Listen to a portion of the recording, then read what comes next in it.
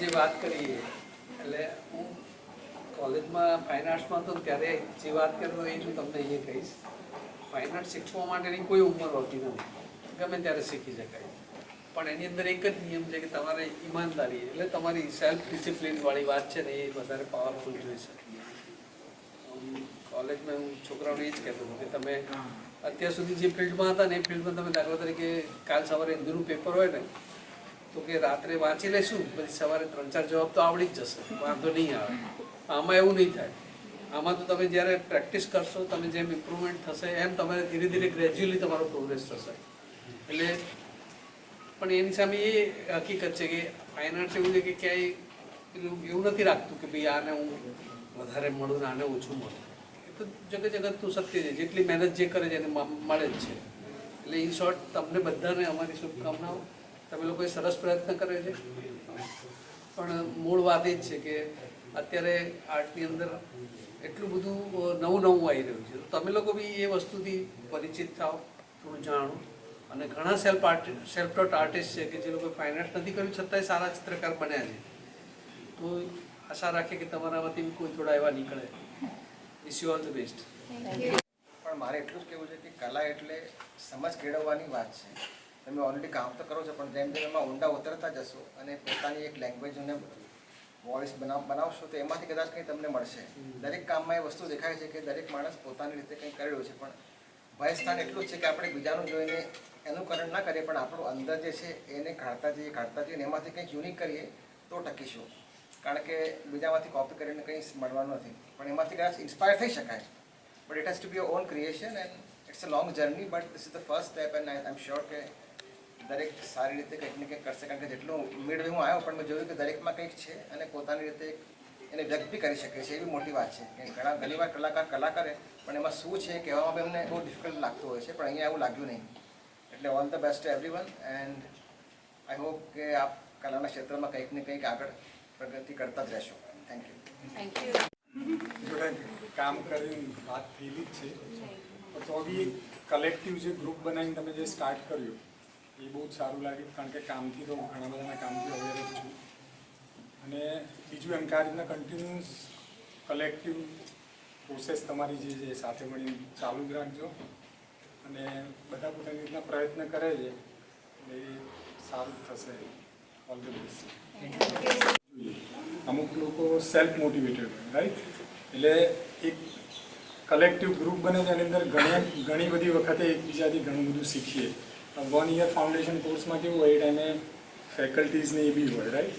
હવે કેવું છે કે ઇન્ડિપેન્ડન્ટલી કામ કરવાનું થયું, એટલે લોકો સાથે આ રીતના મળવું પડે, વાત કરવી પડે, એકબીજાનું કામને લઈને એકબીજાની જોડે ડિસ્કસ બી કરી શકાય. તો શું થાય કે આ રીતના બધું ડેવલપમેન્ટ કામનું બી થાય અને એક્ઝિબિશન્સ ને ઇવેન્ટ્સને બધું અટેન્ડ કરો તો બધા સાથે જેટલું ઇન્ટરેક્શન કરો એટલું ડેવલપ વધારે રહેશે. એટલે મેઇન મારું નામ પ્રેરણા છે અને કલા મારી માટે એવી વસ્તુ એક છે જેમાં માય રીઝન ટુ એક્ઝિસ્ટ. એટલે હું પેઇન્ટ કરું છું ત્યાર સુધી હું છું, એવું છે મારી કલા વિશે. હું પોતા માટે પેઇન્ટ કરું છું. આજે પહેલી વાર મેં મારું પેઇન્ટિંગ એક્ઝિબિટ કર્યું છે. સો yes, please enjoy the show. અને તમારા ફીડબેક્સ એક રિવ્યૂ બુક છે એમાં લખીને જરૂર જજો. જે બી તમે મેં એવું બહુ જોયું છે, મારા ફેમિલીમાં કોઈ આર્ટિસ્ટ નથી તો એ લોકોને એવું લાગે છે કે અમને નથી ખબર, અમને નથી સમજતું, આ તો એક ફૂલ છે પછી એના પાછળ વાદળ છે. બટ બધી પેઇન્ટિંગ આગળ ઊભા રહીને તમને ભાવ શું આવે છે તમારા અંદર, તો ઓવરઓલ બધું જોઈને તમારા અંદર શું ભાવ આવ્યું એ એક તમે વર્ડમાં બી લખીને જશો તો એઝ અ આર્ટિસ્ટ તમને ખબર પડશે કે અમે શું ઇમ્પેક્ટ ક્રિએટ કર્યું અને અમે હજી આગળ શું કરી શકીએ છીએ. Okay, thank you. અને હું ફૂલ ટાઈમ આર્ટ પરસ્યુ કરી રહ્યો છું અત્યારે. મારો મેઇન સબ્જેક્ટ છે હ્યુમન ઇમોશન્સ અને એમના પર્ટિક્યુલર એન્વાયરમેન્ટમાં હ્યુમન્સ કેવી રીતે ઇન્ટરેક્ટ કરે છે.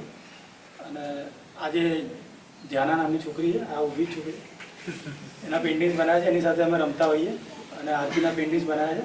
અને હું પર્સનલી ઓળખું છું એટલે એમના ડિફરન્ટ ટાઈમ ડિફરન્ટ મૂડ્સને ડિપિક્ટ કરવાનો મારા પેઇન્ટિંગ્સમાં ટ્રાય કર્યો છે. हाय, मेरा नाम स्तुति है and I usually prefer water colour, acrylics और any medium like pencil colour. और मुझे आर्ट इसलिए पसंद आता है बिकॉज आई फील वर्दी. मतलब कि ऐसा लगता है कुछ आता है करने. મારું નામ છે મિત્તલ રાઠોડ. હું અત્યારે મેં પોસ્ટર કલર અને વોટર કલરમાં કામ કરું છું. એક્રેલિક હા એક કર્યું છે, થોડું એમાં વધારે કરી રહી છું. અને એક પોકેટ વોચને લાઇબ્રેરીના થ્રુ અંદર એ કરી છે.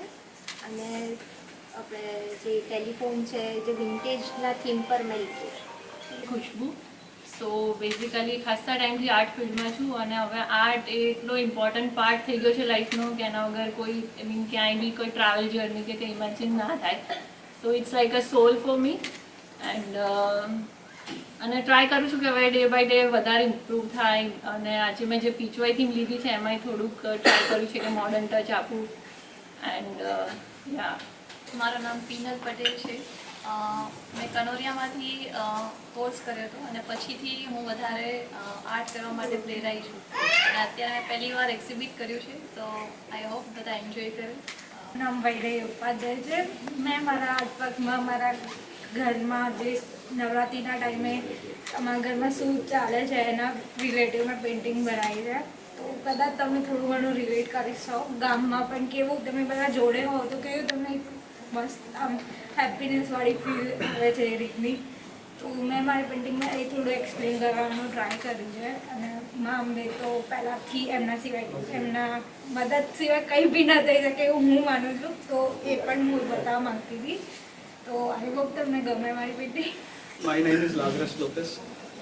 I worked for an educational trust as chief accountant for quite a long time, and after a long time, I really wanted to I was really interested in arts, but it always fascinated me. So I gave up my job and took a first step towards it.